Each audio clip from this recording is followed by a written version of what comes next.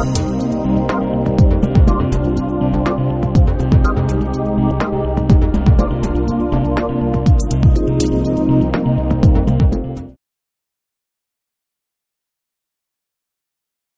que les quería explicar hoy era un poco qué papel están jugando las tecnologías de la información y la comunicación en la gestión y en el acceso al patrimonio. Lo que pasa es que a mí me gustaría mucho que entendiésemos la lógica 2.0. Quiero decir que existe ahora un cierto sesgo de pensar que estamos simplemente ante una revolución o una evolución tecnológica, y no es cierto. Implantar una tecnología como un web, un wiki, un blog, per se no tiene mucho sentido. Lo que es muy importante es entender que este cambio tecnológico supone también una forma diferente de acceder al patrimonio. Si no cambiamos la forma de acceder al patrimonio, la tecnología es bastante inútil, o en todo caso es un ejercicio un poco snob. Por lo tanto, lo que a mí me gustaría explicarles hoy, más o menos se puede resumir en este punto. En primer lugar, me gustaría explicar por qué estamos en crisis. Ya sé que es una palabra que no se puede decir, pero yo sí que la voy a decir. Lamento decirlo y con voz alta, estamos en crisis. No solo la crisis económica, sino muchas otras crisis, y hay que entender estas crisis para saber por qué hay que cambiar la forma de acceder al patrimonio. Hay que cambiarlo casi todo. Y paso al segundo punto, que es el de la innovación tecnológica. Por lo tanto, se llama patrimonio 2.0, universidad 2.0, política 2.0, es igual.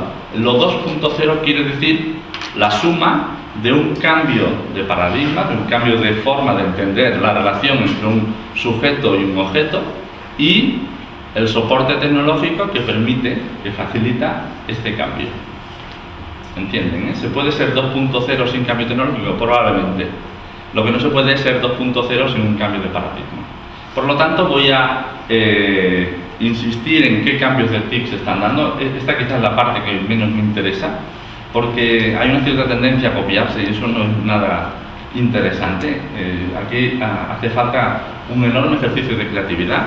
Por lo tanto, tenemos que ir un poco a la fuente del proceso, del cambio, a la génesis del cambio. Les enseñaré algunos ejemplos de TIC que muchos de ustedes deben conocer. Hablaremos un poco de cómo está jugando la información específicamente y ya desde mi campo, que es el del turismo, qué papel está ejerciendo la información en el acceso al patrimonio, y ya entraré en lo que les quiero explicar específicamente, que es hacia dónde va esto del patrimonio 2.0, con algunas salvedades que haré al final, algunas conclusiones que, digamos, después de un poco la fe del converso, ¿no? Empiezo con las crisis. Les he dicho que hay varias crisis que me gustaría compartir con ustedes y que explican por qué estamos en un contexto que facilita el 2.0. Primera crisis, la más importante de todas, la más difícil de explicar, la más difícil de aplicar, la crisis de la autoridad. La autoridad en el sentido latino del término, la autoritas, es decir, la capacidad que tiene el medium de revelar el significado de un significante. Hay objetos patrimoniales que son inaccesibles para la gente, para el público, y hay un medium que es el que tiene la capacidad técnica, científica, filosófica de explicarlo y de decirle, señor, esto quiere decir esto, esto significa esto. Por lo tanto, que actúa como un medium entre el significante y el significado. ¿Me siguen, eh? Esto ha sido históricamente la base de la gestión del patrimonio. La interpretación ha sido siempre vista como el esfuerzo por hacer llegar a capas cada vez más amplias la voz del patrimonio. Aquello que nadie es capaz de leer, o que muy poca gente es capaz de leer, y que hay un intérprete que accede a esta forma de entender el patrimonio. Esto es lo que empieza a entrar un poco en crisis, o muy en crisis, desde hace mucho tiempo, pero de una forma muy evidente, que es la crisis de la autoridad, que es el planteamiento de si efectivamente existe un significado para un significante. Si efectivamente el patrimonio, y más específicamente el arte, no solo si requiere o no de mediums, que esto sería un debate muy interesante, que si quiere luego hacemos, pero más bien no es tanto atacar o cuestionarse la figura del medium como cuestionarse el concepto de el significado. Y a partir del concepto de significado aparece el concepto de los significados. Y muchísimo más interesante, las miradas. En este curso hay 25 personas, 4 chicos, 21 chicas. Es un 16% de varones y por lo tanto un 84% de femeninas. Hay una mirada femenina y hay una mirada masculina. Hay una mirada del extranjero y hay una mirada del local. Hay una mirada del patrimonio vivido. Eso es muy bonito. Por ejemplo, hace poco en Cataluña hemos abierto un museo, que es el Museo del Memorial del Exilio. No tiene absolutamente nada que ver el acceso, como es obvio, al Museo del Exilio por parte de aquellos que han vivido el exilio, como por parte de aquellos que hemos tenido la suerte de no vivirlo. Por lo tanto, hay un patrimonio vivido y hay un patrimonio observado. Si empezamos a añadir miradas cada vez más amplias, cada vez más diversas al concepto de patrimonio, veremos que la idea de autoritas es una idea que entra en crisis y que no cuestiona la importancia del medium, pero sí el papel que debe ejercer. ¿Ven la diferencia? No cuestionan la importancia de traducir significantes a significados, que es importante, pero sí cuestiona la idea de que solo hay un significado. Hay muchos significados posibles. Eso nos lleva a la segunda crisis, que es una crisis muy interesante y que tiene mucha importancia con el concepto de patrimonio, que es la crisis de la identidad. Esto también me llevaría mucho tiempo explicarles. Si quieren estirar del hilo de alguno de estos temas, luego en el debate podemos animarnos mucho. Ahora solo puedo dar una pincelada.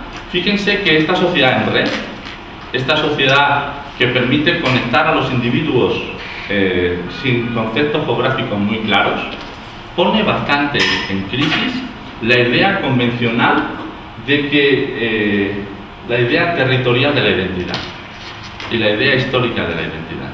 En una sociedad en red, donde yo tengo un blog, tengo un Facebook, tengo un chat, tengo un Flickr, viajo, me muevo, contacto con personas constantemente y tengo una red de relaciones que se mueve en red, la idea tradicional, convencional de que la identidad tiene y esto es muy geográfico, tiene una raíz geográfica, territorial, entra un poco en crisis. De hecho, entra en crisis la idea esta de qué somos, sobre todo porque hasta hace muy poco la definición de lo que somos se hacía en clave geográfica. Y ahora eso es mucho más difícil. Hasta hace muy poco lo que éramos lo que éramos en el contexto territorial en el cual nos movíamos. Y eso permitía vincularse con un patrimonio lejano.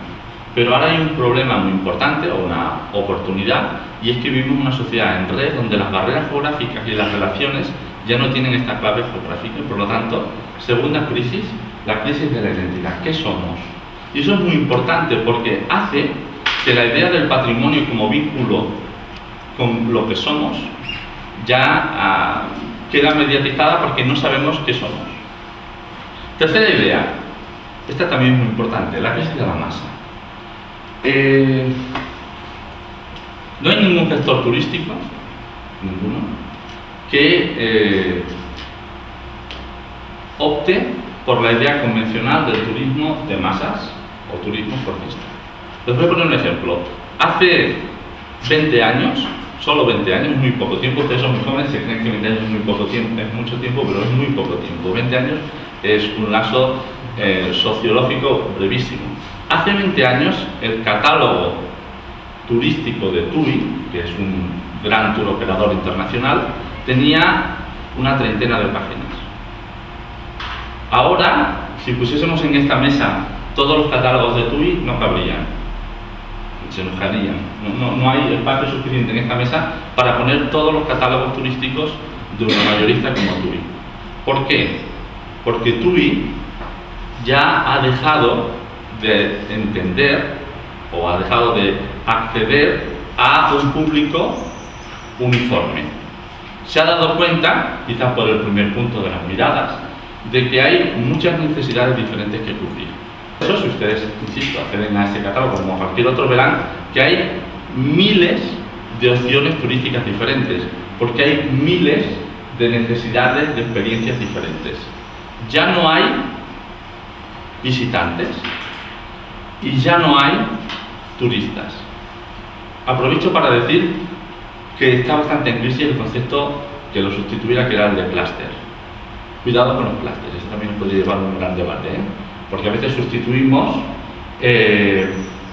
la idea de masa por la idea de grupos. Entonces hablamos de escolares, no hay escolares. O hablamos de gente mayor, hay gente mayor.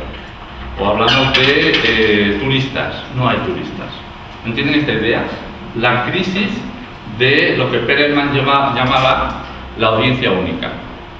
La idea de que una pieza de patrimonio, una obra de arte, sería entendida como un significante, un significado que se remite a un receptor que es único. Ahora ya resulta que los receptores son diversos, plurales, complejos, y por lo tanto eso hace muy difícil la gestión del patrimonio y la gestión de la información. Si ya no hay un interlocutor, ¿cómo le doy un solo folleto? La pregunta clave, ¿qué folleto doy al visitante? ¿Y por qué le doy uno? Porque todos son iguales. ¿Entienden, no? La idea de la crisis de la audiencia única. 4.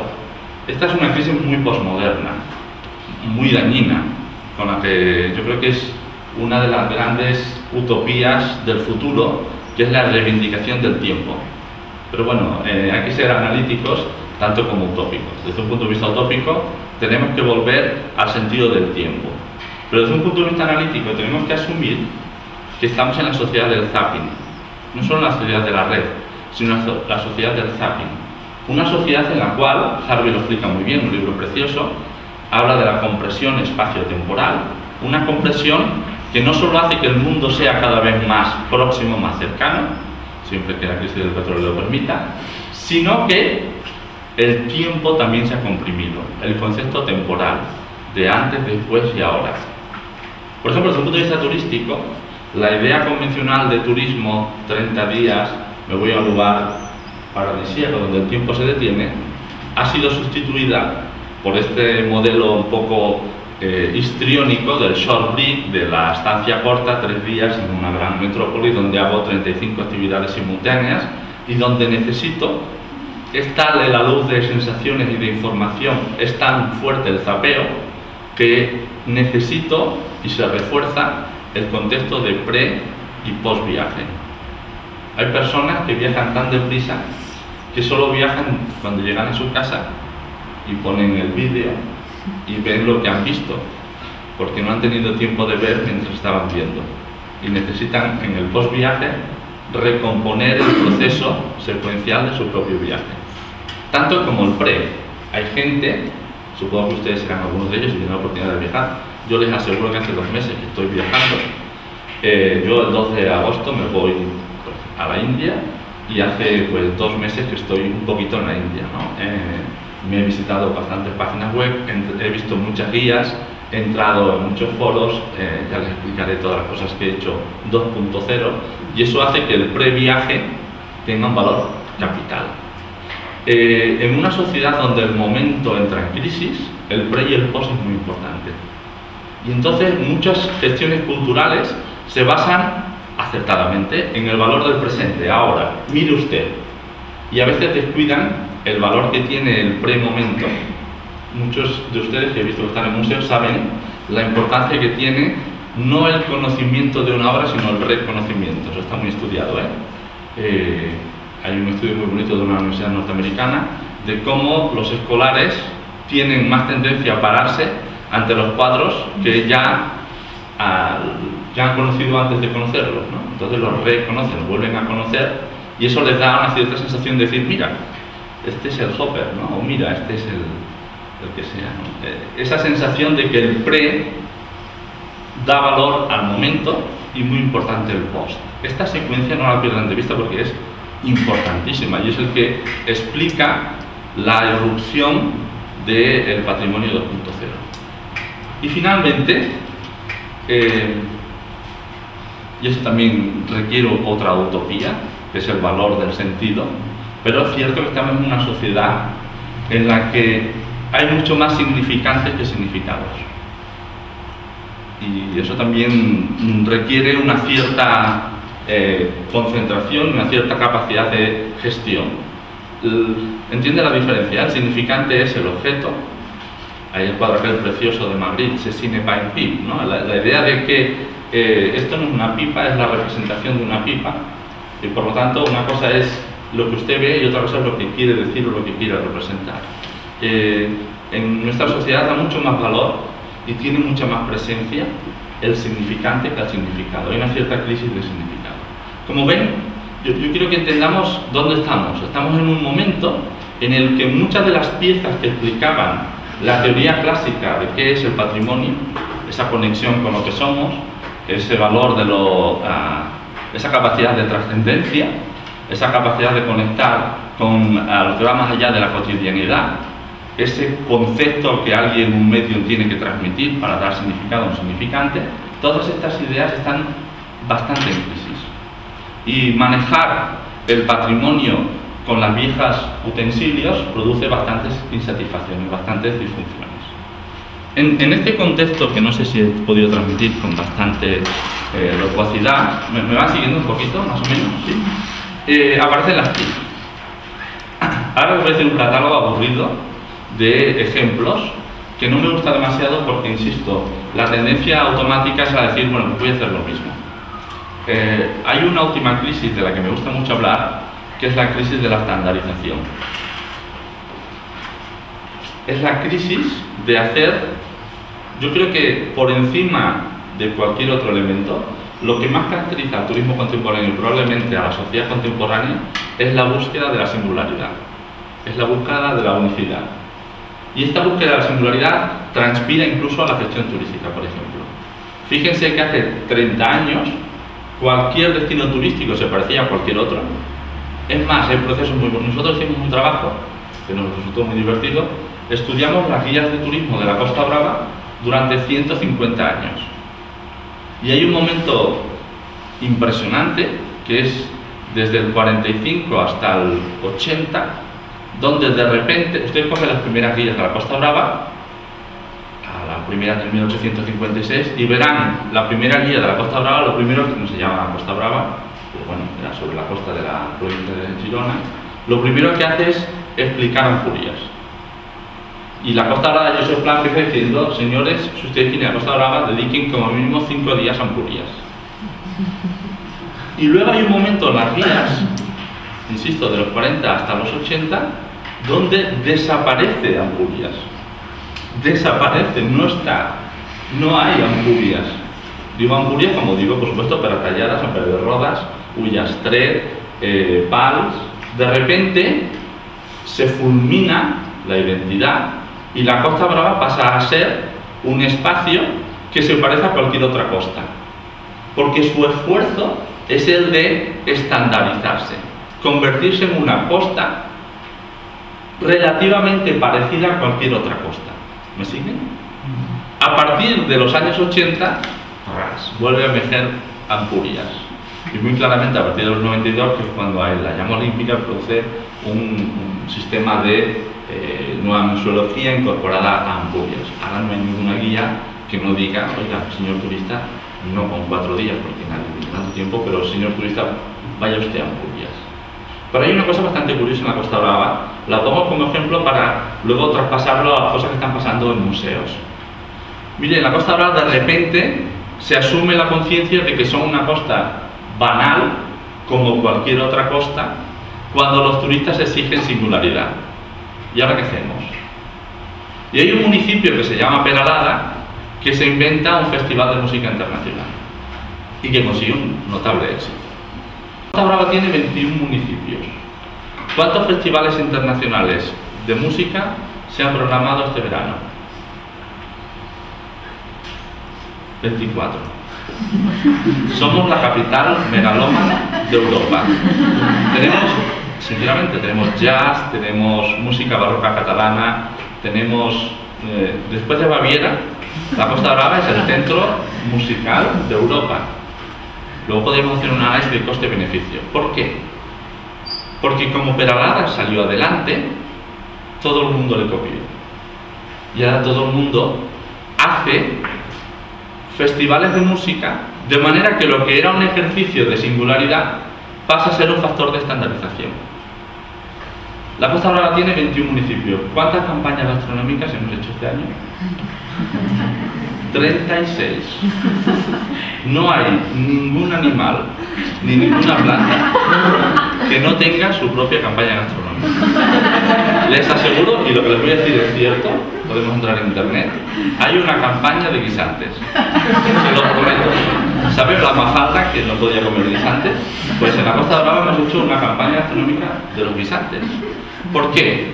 Pues porque hubo un municipio que se llama Palamos y hizo una campaña de la gamba. Y funcionó muy bien. Y eso fue un factor de diferenciación. Dijo, mire, yo tengo una playa y gambas. Es muy triste, pero bueno, como mismo es un factor de singularidad, me siguen. Pero lo que servía para decir, yo tengo gambas, ahora todo el mundo, de hecho, cualquier municipio se cree que si no tiene una campaña gastronómica está fuera del mercado. Y entonces se convierte en un factor de estandarización. Si pasan ustedes a la gestión cultural, ese es el riesgo. Ese es el riesgo de poner casus belli, ¿no? De poner elementos que han funcionado. Ah, eso está muy bien, vamos a hacerlo. No lo hagan. Yo les puedo decir que hay muchos ejemplos que sirven para singularizar, pero no para homogeneizar. Y que el valor fundamental del momento en el cual nos encontramos es la creatividad. Es la capacidad de encontrar aquello que hace que ustedes sobresalen, no solo por lo que hacen, sino por cómo lo hacen, y porque eso les da un factor de faro, un factor de diferenciación. Pero bueno, es inevitable hacer algún ejemplo, ¿no? Que muchos de ustedes conocerán. Hay ejemplos magníficos. Este me resultó impresionante. Esto es ahora hay la tecnología que permite, con los LEDs son Lights Electro Diodes, son unos puntos de luz que están reformando la arquitectura contemporánea y que permiten rasterizar, en este caso triangular, unas cuevas con un nivel de detalle que ha permitido su reproducción a escala con una capacidad de precisión que sería impensable hace solo unos años, ¿no? Por ejemplo, no sé si lo conocen, el caserío de Tigartubeiti. Este es un caserío espectacular porque demuestra el valor que, usado con mesura, puede ser interesante, de lo que algunos están llamando la patrimonialización, es decir, el paso de recurso a producto. Ya sé que la palabra producto molesta y podemos utilizar un sinónimo, pero es la idea de decir, esto es un caserío tradicional. Y este caserío tradicional, tal cual, restaurado, tiene una cierta dificultad a la hora de transmitir cuáles son los elementos fundamentales que hacen de este caserío un elemento valorizable. ¿Qué es lo que hace el caserío? El caserío utiliza masivamente las tecnologías de la información y la comunicación para comunicar. Por ejemplo, cuando ustedes entran aquí, les recibe una persona, que es un holograma, y que les va siguiendo por el pasillo. Eso me parece una cierta exhibición, sinceramente, tecnológica. Me parece muy poco interesante. Pero hay un elemento que sí que me gusta mucho, no se ve muy bien en la fotografía de arriba. Ustedes, cuando llegan al patio central, tienen, creo que son 8, lo estoy hablando de cabeza, me parece que son 8 personajes, el número es igual. Son personajes que viven el caserío de maneras muy diferentes. Está el niño, está el hombre de la casa, está la mujer de la casa, que es la protagonista, está la anciana, está el visitante. Entonces el turista, o el visitante, perdón, puede escoger quién le va a narrar. Todos ellos son personajes filmados y que son ilustrados, lo cual permite, entre otras muchas cosas, a la larga abaratar costes, ¿no? Eso, el Living History sabe que tiene un problema de costes muy importante y de accesibilidad. Pero a mí me interesa mucho de esta idea cómo las TIC se ponen al servicio de un concepto muy interesante que les explicaba al principio, que es que no hay un caserío. El caserío del niño es un palacio de juegos. El caserío del varón es el lugar para dormir y descansar. El caserío de la mujer es el centro de operaciones. Es un poco pone de manifiesto el papel que tenía la mujer en la sociedad rural vasca. ¿Me siguen, eh? Cómo la tecnología se dota de significado. Un Arqueoguide, Nuit Lumière, bueno, todas estas cosas que ya conocen muy bien, ¿no? Por ejemplo, ahora están las catedrales policromadas. Saben que muchas catedrales eran policromadas y que ahora no hay ninguna posibilidad de verlas en su esplendor o en su momento inicial.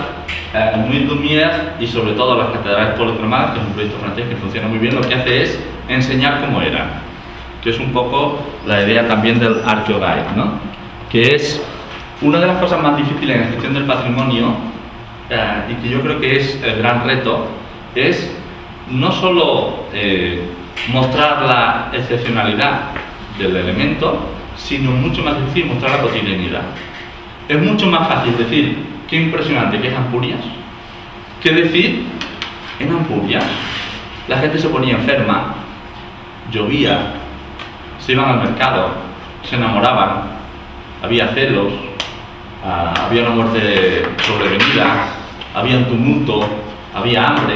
¿Cómo se puede trasladar la cotidianidad y por lo tanto conectar con el pasado como una de las funciones del patrimonio? Las TIC permiten, como el modelo Arqueoguide, o como por ejemplo un proyecto que es muy bonito, que es, bueno, que es el de la realidad aumentada, por ejemplo, que están haciendo en el BOR, en Barcelona, que es esta idea, ¿no? La de cómo pueden ustedes relacionar al mismo tiempo lo que ven y lo que fue.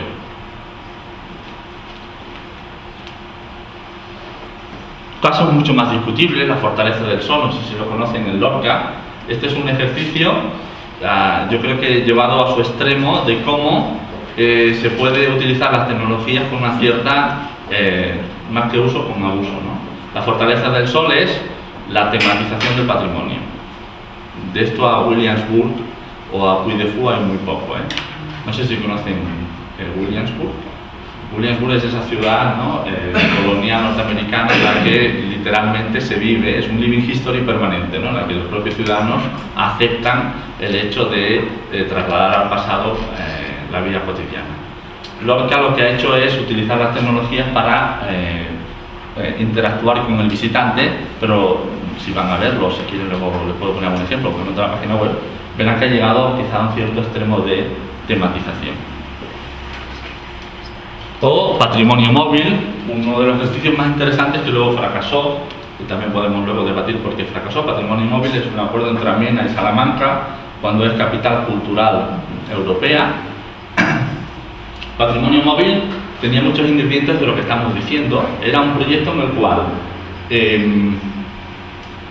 tú entrabas en la página web, te descargabas información, la que tú querías, por lo tanto está personalizada. Tú quieres mucha información, pues te la bajas. Tú quieres solo la básica, también lo haces. Pero lo más importante, ¿qué haces con esa información? La imprimes en esos terribles hojas fotocopiadas de páginas web y que luego no sabes qué hacer con ellas y que se pierden, ¿no? Pues yo tengo una idea mucho mejor, que es el formato digital. Uno llegaba a Salamanca, daba un código y le dejaban una PDA, en la cual uno iba paseando con su PDA y se iba descargando la información que él había seleccionado. Por lo tanto, tenía su propia información, porque fue un rotundo fracaso. Y el hecho del patrimonio móvil me lleva a un elemento que, antes de entrar ya específicamente en patrimonio móvil, ya me voy a centrar, porque el tiempo apremia, en el valor de la información. Yo quiero reivindicar la importancia absoluta de la información. Y para hacerlo me van a dejar que les muestre 3 conclusiones de un trabajo que hemos hecho durante 2 años en la Universidad de Girona. Es sobre el barrio viejo, pero podría ser aplicable a cualquier otro espacio, incluso museográfico. Miren, el barrio viejo de Girona tiene una característica muy interesante, y es que solo se puede acceder por 7 puentes, y por el otro margen está cerrado, es decir, es prácticamente un lugar en el que es muy fácil controlar las entradas y las salidas. Y nosotros nos planteamos qué hacen los turistas y los visitantes, que miran, que fotografían, que les interesa durante su estancia en el barrio viejo. La primera cosa que hicimos fue preguntárselo. Y hicimos una encuesta. Hicimos una encuesta piloto. ¿Saben la conclusión? Los turistas mienten. Muchísimo. Les voy a poner un ejemplo. A la pregunta ¿cuántos museos ha visitado usted en Girona? Hicimos una encuesta de 25, o sea que tampoco es representativa, pero bueno, 5 nos dijeron más museos que museos tiene Girona. ¿Por qué? Porque el turista piensa, me están interrogando, tengo que ser muy bueno, voy a ser muy interesante y muy proactivo. Cuidado, muchísimo cuidado con las encuestas. Sobre todo aquellas encuestas en las cuales es casi inevitable que el turista se sienta evaluado. ¿Cuánto tiempo ha pasado usted? Pues mucho más, voy a decir que he pasado mucho más del que realmente he pasado, para no quedar como un zoquete. ¿Cuántos monumentos ha visitado usted? Muchísimos. Nosotros vimos que esto no funcionaba y optamos por un camino alternativo, y es, durante 2 años los perseguimos. Los perseguimos literalmente, es decir, hicimos grupos de trabajo de 2 becarios que, cuando un turista, bueno, escogido aleatoriamente, por supuesto, con una muestra representativa, cuando un turista accedía al barrio viejo, pues estas 2 personas le seguían. Y con un sistema de códigos nosotros registramos todo, absolutamente todo lo que hacían. Por ejemplo, dividimos la ciudad en un grafo, lo convertimos en un grafo, es decir, un conjunto de arcos y de nodos. Un arco es la intersección de una calle entre una intersección y otra, es un segmento de calle entre una intersección y otra, porque cada vez que hay un cruce, el turista toma una opción, ¿no? Voy por aquí, voy para allá. Pues nosotros registramos de cada segmento de calle tiempo de entrada, tiempo de salida, si fotografiaba, qué actitud tenía, había un código de actitudes, y íbamos registrando, lo sabíamos absolutamente todo sobre el visitante, desde que entraba hasta que se iba. Y cuando se iba, le parábamos y le hacíamos una encuesta, con lo cual nos permitía también comparar la imagen percibida y la imagen observada, que les advierto que el sesgo es escandaloso, y eso, insisto, mucho cuidado con la encuesta. ¿Pero qué sale en la encuesta? Miren, en la encuesta sale, la primera idea es esta. Esto sería muy largo de explicar. Esto es el barrio viejo de Girona, bueno, es el grafo. Como les he dicho, a la izquierda es el río Oñar, que Girona tiene 4 ríos, este es el que refleja las casas de Oñar, que tiene una serie de puentes, que son los que ven allá, y como ven en la parte derecha del mapa, que de hecho es el norte, no se puede acceder porque hay una montaña. ¿Qué es lo que demuestra? Demuestra que existe una forma de visitar la ciudad. Demuestra que hay una especie de código que hace que todos los turistas siguen más o menos el mismo recorrido. ¿Y saben cuál fue nuestra sorpresa? Nosotros teníamos la siguiente hipótesis. Los turistas tienen una imagen a priori, visitan la ciudad, siguen esa imagen a priori, que un poco condiciona su manera de entender el territorio. Los turistas siguen una pauta, ese es el resultado, pero cuando les preguntamos, ¿usted qué imagen tenía de Girona? La respuesta era, ninguna. No sabíamos nada de Girona. Y dijimos, ¿cómo puede ser que turistas sin ninguna apreciación a priori puedan hacer a lo largo del año y siempre más o menos lo mismo? Y aquí hay una lección que es muy importante en términos de información, y es que hay una manera específica de acceder al patrimonio, y que es muy importante saberla, tanto para acentuarla como para contrarrestarla. Por ejemplo, ahora hay un plan que se deriva de este. El plan tiene como objetivo incrementar el tiempo de estancia media de los turistas en el casco viejo. Eso se hace a partir del comportamiento efectivo, de manera que podemos saber en qué momento se pueden alterar el comportamiento y la dinámica de los turistas y de los visitantes con el fin de optimizar unos determinados elementos. Quiero decir, en la información es esencial saber que una cosa es lo que el gestor cree y otra cosa es lo que el visitante efectivamente hace. Y en la gestión, lo que es realmente eficiente, efectivo, es saber lo que el visitante hace, conocer sus pautas de observación. Muchos de ustedes deben conocer los estudios del profesor Miquel Asensio, que lo que ha hecho, él ha estudiado esto que hemos hecho nosotros en museos. Y es interesantísimo ver cómo él estudia las pautas efectivas de consumo de los visitantes en espacios museográficos y museísticos. y ver cómo, por ejemplo, la curva de atención decae. Una cosa tan simple como esa y que todos conocemos, pero que luego no tenemos en cuenta a la hora de programar nuestros espacios museísticos y saber que, pues como en una exposición, ¿no? Ahora ustedes están en la curva decreciente y entonces yo tengo que empezar a acabar porque si no acabaría con su paciencia, ¿no? Conocer estos mecanismos también en la gestión museística es imprescindible. Pero hay un segundo elemento.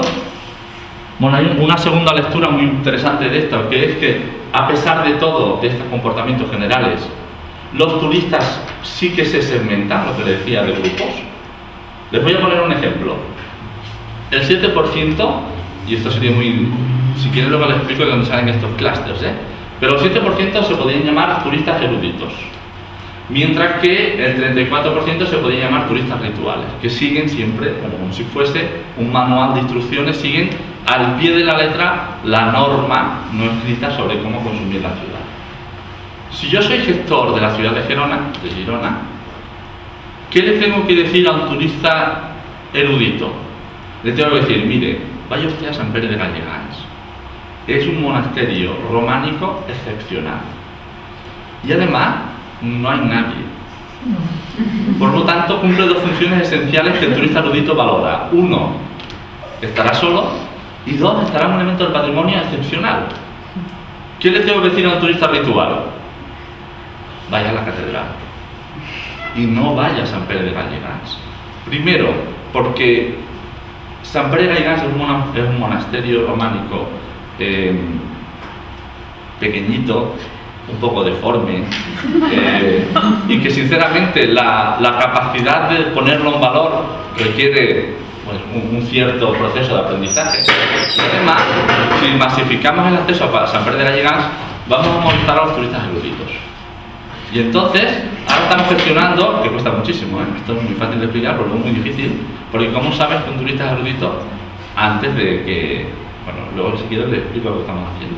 Pero ¿por qué es interesante eso? Porque se puede, ¿lo ven?, utilizar la información como un mecanismo que permite romper la idea de la audiencia única e intentar, modestamente, dar al visitante lo que efectivamente quiere. Y último elemento, este es muy divertido. Hay un factor, bueno, nosotros estudiamos todos los factores que influyen en el comportamiento de los visitantes. ¿Qué hace? ¿Qué factores externos? Entonces hay muchos. Por ejemplo, no es un factor externo la meteorología, me sorprendió muchísimo. No es un factor externo si es nacional o internacional, eso es maravilloso, porque rompe la idea del patrimonio local, la idea de que hay una idea diferente del patrimonio si es local como si es, pues no, hacen lo mismo, más o menos. Pero sí hay un factor que rompe totalmente todas las pautas. ¿Saben cómo se llama? Información. Información, información, información. Cuando un turista accede a la información, por ejemplo, cuando un turista lleva una guía, se disparan todos los indicadores de calidad de la visita. Para nosotros, el indicador de calidad, por ejemplo, es tiempo de estancia en los nodos. Para nosotros, un indicador de calidad es recorrido. Para nosotros, un indicador de calidad es lo que llamamos nodos críticos. Un nodo crítico es aquel nodo que quien accede a él es porque demuestra una capacidad de acceso a un elemento de patrimonio relativamente invisible. Todos los indicadores de calidad se disparan con la información, todos. Información quiere decir si han ido a la oficina de turismo. Información quiere decir si tienen un prescriptor. Y además se suman. Es decir, quien ha tenido un prescriptor y además ha ido a una oficina de turismo y además lleva una guía, su calidad de la visita se aumenta en la misma proporción. Por lo tanto, la información es el elemento que condiciona la calidad de la visita de una manera absoluta, radical, sin ningún tipo de duda empírica en la ciudad de Girona. Y es este en el contexto en el que nos estamos moviendo. ¿Cómo somos capaces de dar información para incrementar la calidad de la visita? Una información que no sea homogénea, estandarizada, despersonalizada, sistemática. Aquí tiene el folleto, tire para arriba, mire aquí, baje, sube, márchese. Sino cómo somos capaces de que el visitante se sienta interpelado no a seguir un ritual, sino a conseguir una experiencia. Y ahora ya, acabando de verdad, vinculo con el concepto de patrimonio 2.0.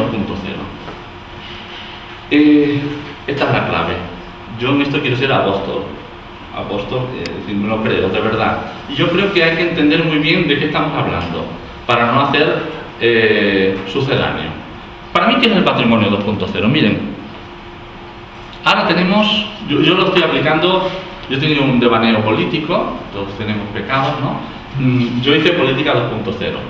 Yo soy profesor universitario, yo hago universidad 2.0. Y luego, si quieres, puedo explicar algunos ejemplos también.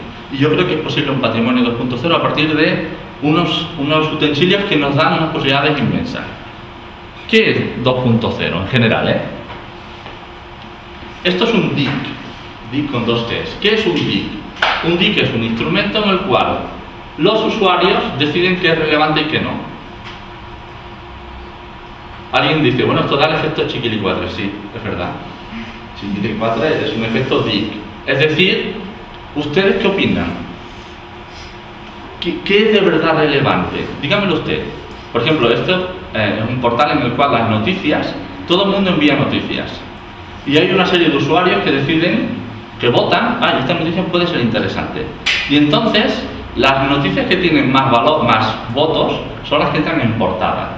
Es como un periódico en el cual los editores, el consejo editorial, son los propios lectores.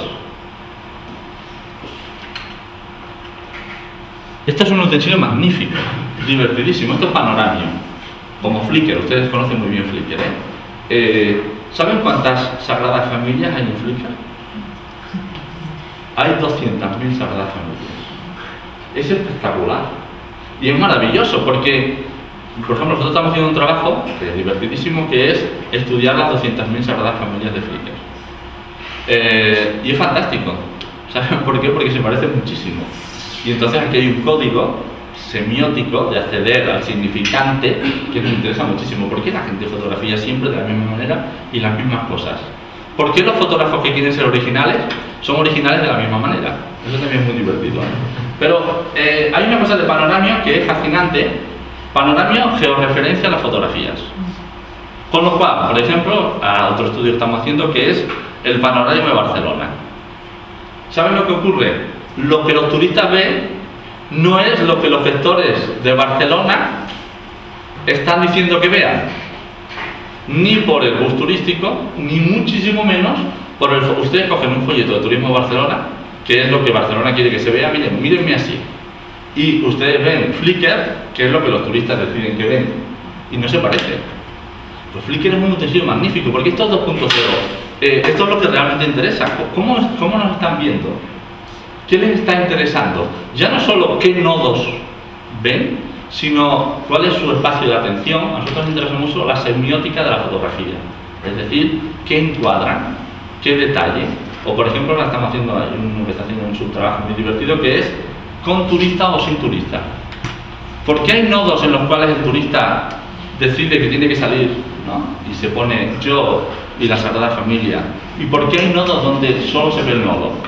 ¿Qué lógica sigue eso? Pero lo que a mí me interesa transmitirles es que es muy relevante saber, aquí es donde está el conocimiento, y aquí es donde está el proceso de patrimonio en sentido estricto, que es la asunción por parte de un receptor de un determinado mensaje. O por ejemplo, criticadísimo, y si quieren luego hablamos, la Wikipedia. Muchísima gente considera que esto es un subproducto. En la universidad hay un gran debate. La mayoría de profesores consideran que esto es lo peor. Bien, yo tengo un wiki de mi asignatura, que además es abierto, todo el mundo lo puede utilizar. ¿Y qué es interesante de la Wikipedia? Ya no solo que los estudiantes les obligo a que escriban, sino una cosa que se usa muy poco, que es esto de aquí, la discusión. La discusión sobre conceptos, sobre fenómenos, sobre términos, es ¿qué están diciendo los otros sobre sí mismos? Luego les he explicado un proyectito muy divertido. TripAdvisor. Caramba, esto es la revolución turística. ¿Lo conocen? Imaginen que yo me voy a Lisboa. La atracción número 1 de 270 atracciones valoradas es un museo. No está mal. Pero fíjense que esto es muy... Aquí hay un elemento que me gustaría destacarle. Fíjense. Si yo quiero ir a un hotel, puedo ir a la web del hotel. ¿Qué hará la web del hotel? Decir, soy maravilloso. Si la habitación es un desastre, voy a poner una fotografía de la recepción. Nunca se fíen de una página web donde solo se ve la recepción. Es un síntoma de que la habitación no se puede enseñar. ¿Qué es lo que hace? Dice que las habitaciones son magníficas, todo maravilloso, bienvenido al mundo de Alicia en el País de las Maravillas. TripAdvisor es una página escrita por los usuarios de los hoteles que hacen fotografías, que fotografían el cuarto de baño, que fotografían debajo de la cama, que fotografían, he abierto la ventana y miren lo que he visto. Y esto es lo que la gente ve. Fíjense, por primera vez, la imagen de los lugares no está siendo editada ni por el origen, ni por la intermediación, sino por los consumidores. Se está produciendo un fenómeno precioso, que es el contacto entre preturistas y postturistas. Y esto es magnífico, porque es un elemento de conexión. Fíjense, ya no solo para ver la verdad, ya no solo, la anécdota es, este es un modelo cochambroso, esa es la anécdota. Lo interesante es el contacto sobre la experiencia vivida. ¿Me siguen? Como, imagínense un museo que expone lo que la gente ha dicho de él, que lo expone públicamente. Dice, miren, les voy a decir lo que los visitantes dicen de mí y que digan lo que quieran. Aquí estamos. De hecho, este es un portal tremendo. Lo hacen varios, lo hace Nueva Zelanda, lo hace Escocia, esto es Suecia. Suecia tiene una página web que se llama visitsweden.com. Tiene N visitantes. Muchísimos más tiene communityofsweden.com. Communityofsweden.com es una parte de la página en la que los usuarios de Suecia escriben sobre su experiencia en Suecia.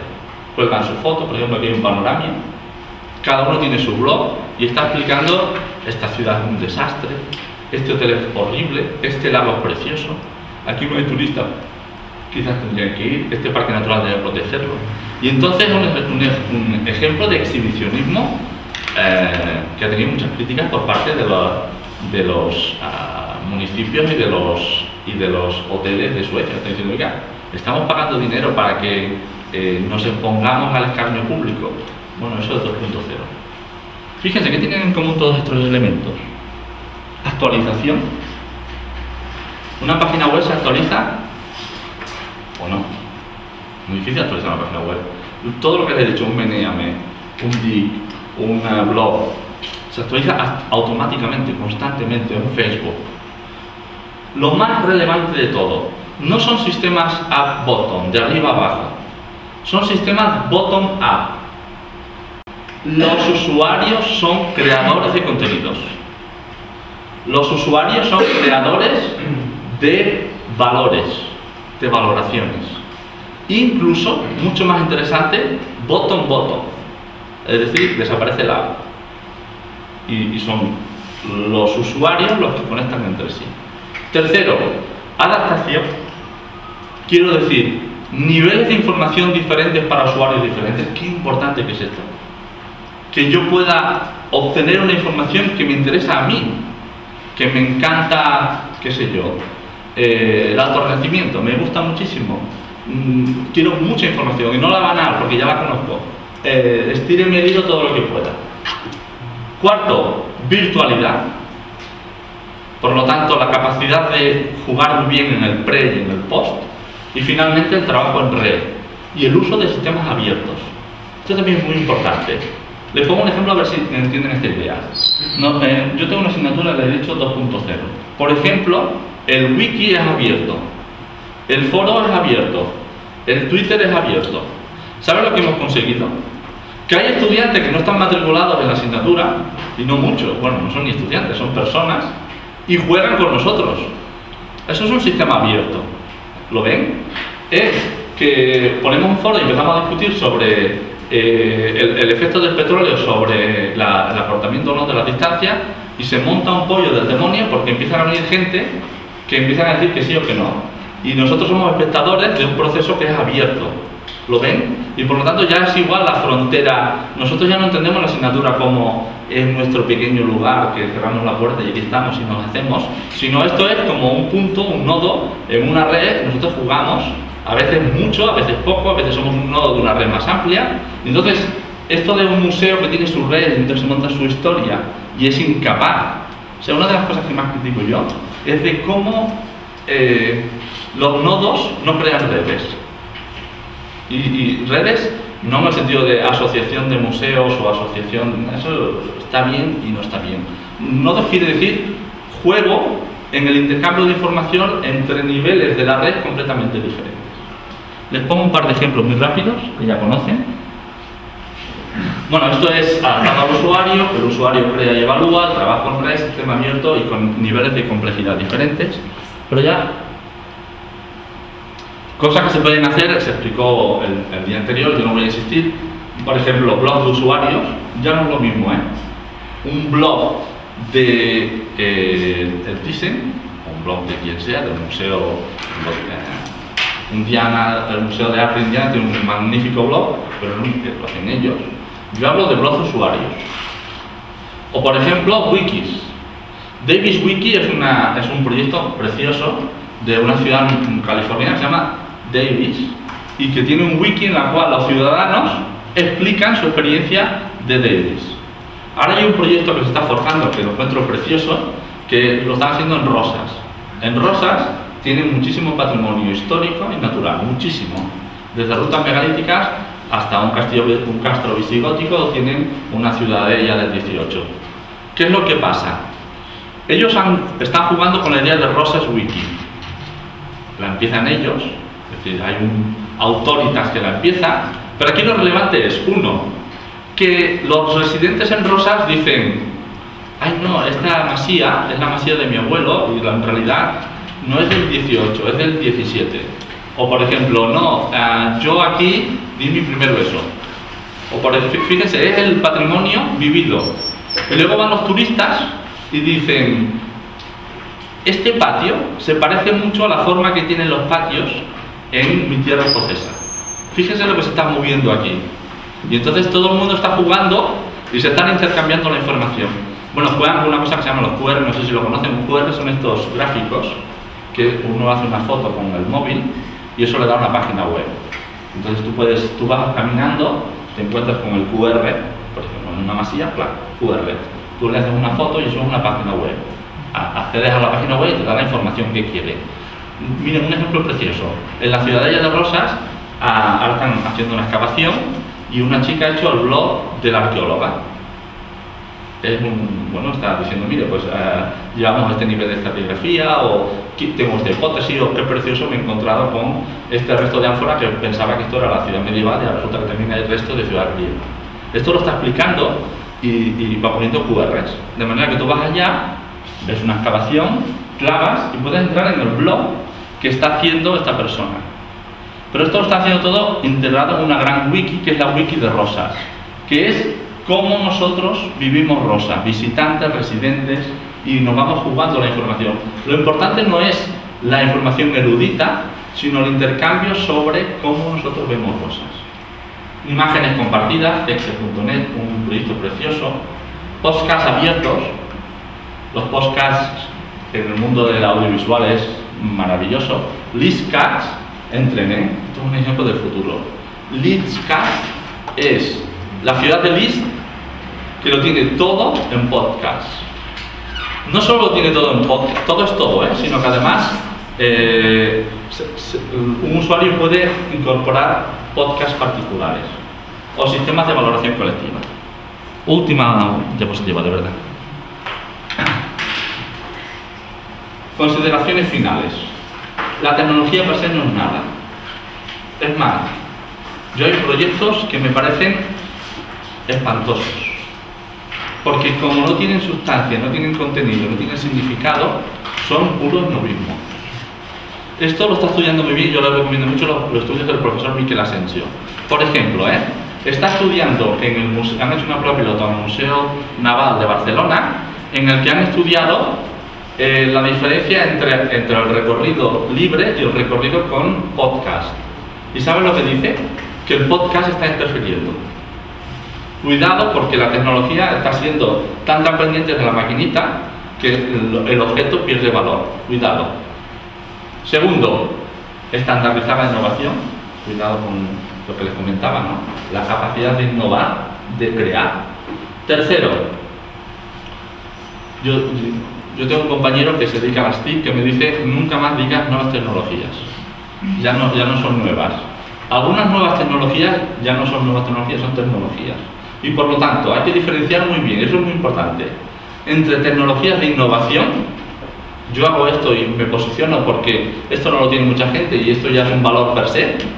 Ahora visitar una ciudad antigua en un Segway, para algunos tiene una cierta gracia. Bueno, el Segway en sí es un factor de innovación.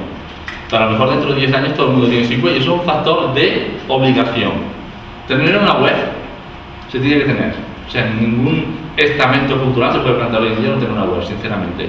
Ahora, tener una web es un factor de innovación.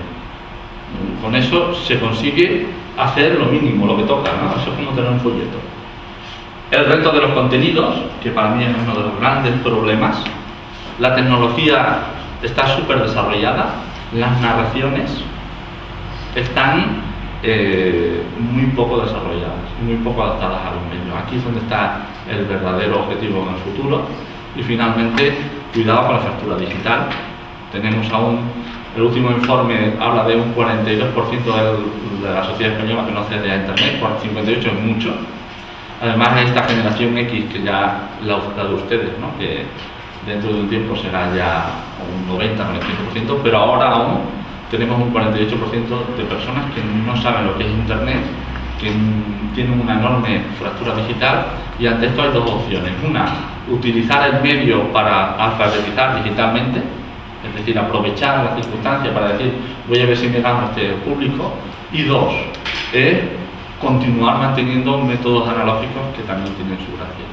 Perdón, lo siento muchísimo por la extensión y lo dejamos aquí. Muchas gracias.